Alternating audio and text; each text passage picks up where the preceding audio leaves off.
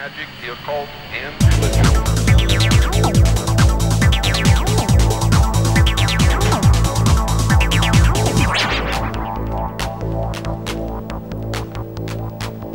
Good afternoon and welcome to Just News on Thursday the 3rd of May.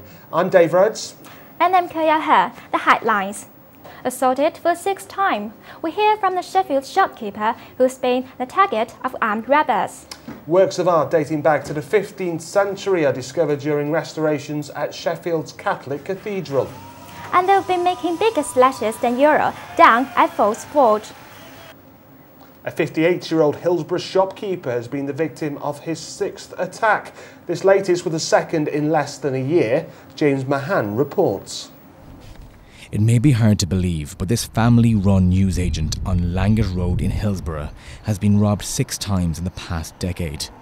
The shop is run by Sheffield native Michael Wiles since 1976, and the latest attack, which happened in the past 24 hours, has left him bruised but not broken. I heard some voice outside, just going out the door with a few papers, and sees this kid comes in with his face covered over, a hood up, and he tried grabbing till, but he didn't get a hold of till, and the next minute he pulled the hammer out, and he started hitting me. This hammer attack comes 6 months after Michael was stabbed 3 times in an armed raid just before Halloween. But no amount of bruises can take away the pain of losing his 80-year-old father, Lewis Wiles, in 2007, when he was dealing with violent yobs outside the shop. Michael has installed extra security cameras and hopes that it won't be 6th time lucky for the robbers who have used everything from wrenches to tent pegs when attacking him to get their hands on his cash register and cigarettes. 6 attacks in the past decade, a knife assault 6 months ago, and losing his 80-year-old father. Yet Michael Wiles vows to fight on and keep his shop open. This is James Mahan for Just News in Hillsborough. Polling stations across Sheffield will be open until 10 o'clock tonight for voters to have their say in the local elections. Charles Max has more. Polling stations across the city open their doors at 7 o'clock this morning as voters have the chance to choose new councillors in all 28 wards.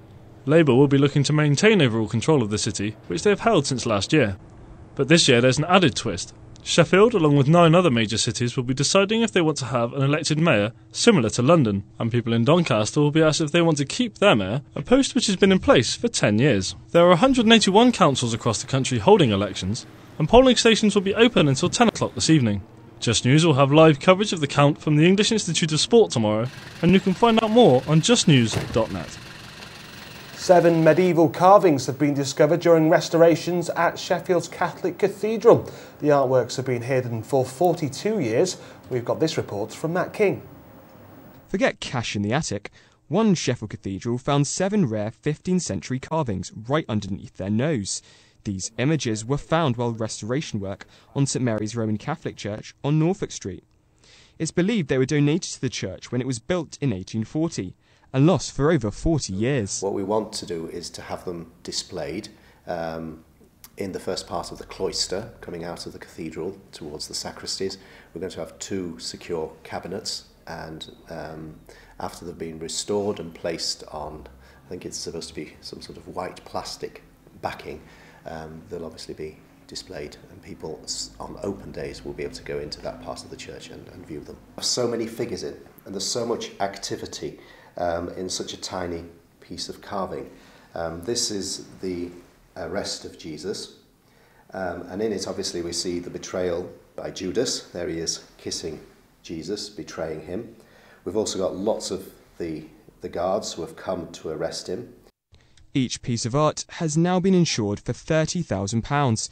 It is hoped that these 6th century old carvings will be retold to a whole new audience. Matt King, Just News. A Facebook group called Reopen Sheffield Ski Village, or Project Ashes, has attracted nearly 2,500 members after 2 large fires this week. The group hoped to update people on any developments as well as creating a place to share memories.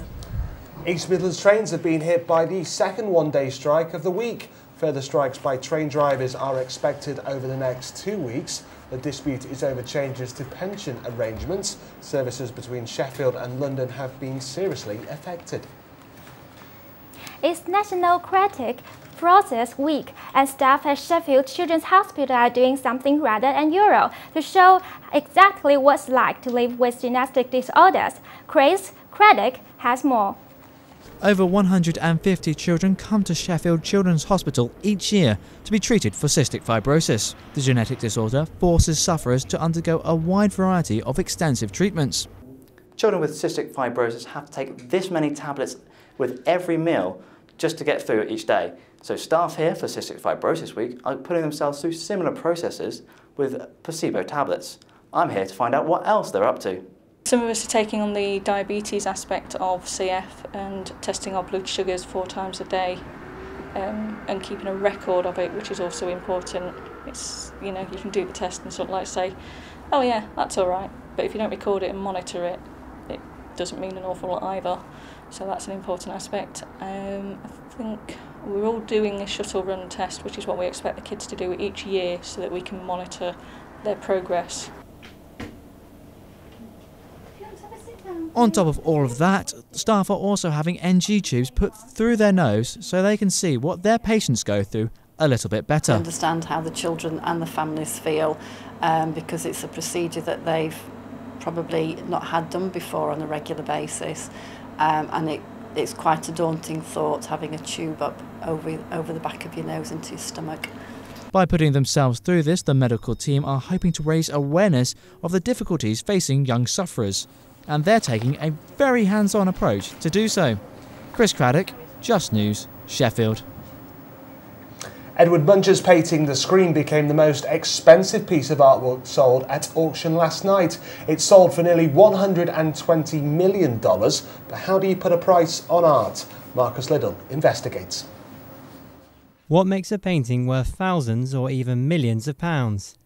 Is it the colours, the brushstrokes, the age, size, or is it simply something which catches the eye?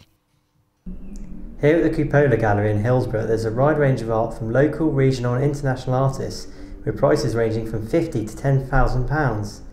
They're currently showing the work of Francis Bertart, and he's known for his colourful and poetic style. They recently sold one of his pieces for over €7,500. Karen Sherwood's run the Cupola Gallery in Hillsborough for 21 years. I asked her whether price is an indicator of quality. No. It's no price. It's no, it isn't. You know, I have a customer who bought a Damien Hirst for £500. Yeah? He's woo in the money now. But the point is that if it's worth it to you, then it's worth it. Linda Crapper recently bought a piece for over £6,000. But why was she willing to spend so much? I decided that I really wanted a nice big piece of his work, because if you look into his work you can actually see a picture into the art itself. So it's nice and colourful and bright, but now we've got this big picture at home. When you look into it, it's actually smiling at you, and I just like his work, and I actually bought 2 more, but don't tell anybody else. But there's no need to feel left out if you haven't got thousands of pounds to spend on art. These works cost just over £100, and who knows, you could be buying a future masterpiece. Marcus Liddell reporting for Just News, Sheffield. And now for the weather. How is it looking out there, Finn? Well, it's been another grey day here in Sheffield, I'm afraid, with just highs of 9 degrees. And it's got decidedly chillier because of the high wind chill that we've been experiencing today. And it's not going to get much better, I'm afraid. No rain as of yet, but there's showers predicted overnight, which will carry on through to a dry but overcast start in the morning. Sadly, that's where it's going to end, in that we have more rain forecast for tomorrow with highs of near just 8 degrees. But on the brighter side, if looking through to the bank holiday weekend, there's going to be some chance of sunshine and highs of 8 degrees. Back to you in the warm studio. Thanks, Finn. And finally, Ponds Forge may be famous for Olympic diving, but last night it played host to the 8th annual Water Bombing World Championship. Finn Miles popped down to see what it was all about. Teams of 4 were out in force dressed up in their most imaginative costumes last night for the annual water bombing competition at Ponds Forge, and some people were making a bigger splash than others.